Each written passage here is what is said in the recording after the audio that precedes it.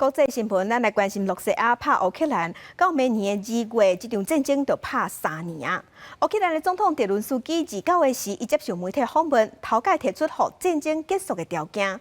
伊讲，第一是目前乌克兰的领土要有北约保护，也若第二是互洛西亚占去的领土，未来是透过外交手段来解决。也若北约和洛西亚意思啥款，目前也唔知。面对激烈战事，乌克兰总统泽伦斯基29接受英国天空电视台专访时阵指出，要让这场战争结束热战阶段，并且甲罗西亚和谈，就必须爱互乌克兰目前所掌握的领土加盟北约，纳入北约的保护线。若是目前去罗西亚占领的领土，未来则可用外交手段修复。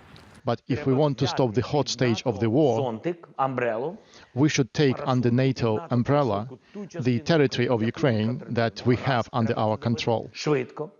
That's what we need to do fast. And then Ukraine can get back the other part of its territory diplomatically.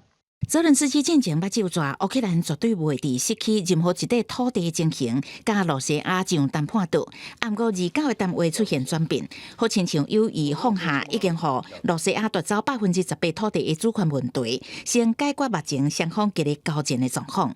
A lot of different countries proposed a ceasefire.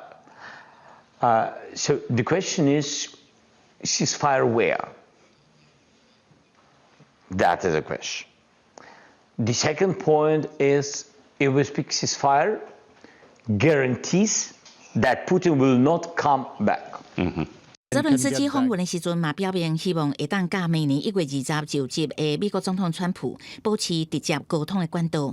自从美国总统拜登11月允准乌克兰对罗西亚使用美国的长程飞弹加杀伤性地雷了后，渐渐搁再升级。经济学人指出，泽伦斯基目前必须甲合作的对象转为川普，若是川普协调成功，就会要求乌克兰爱回报，上有可能就是乌克兰丰富的天然资源。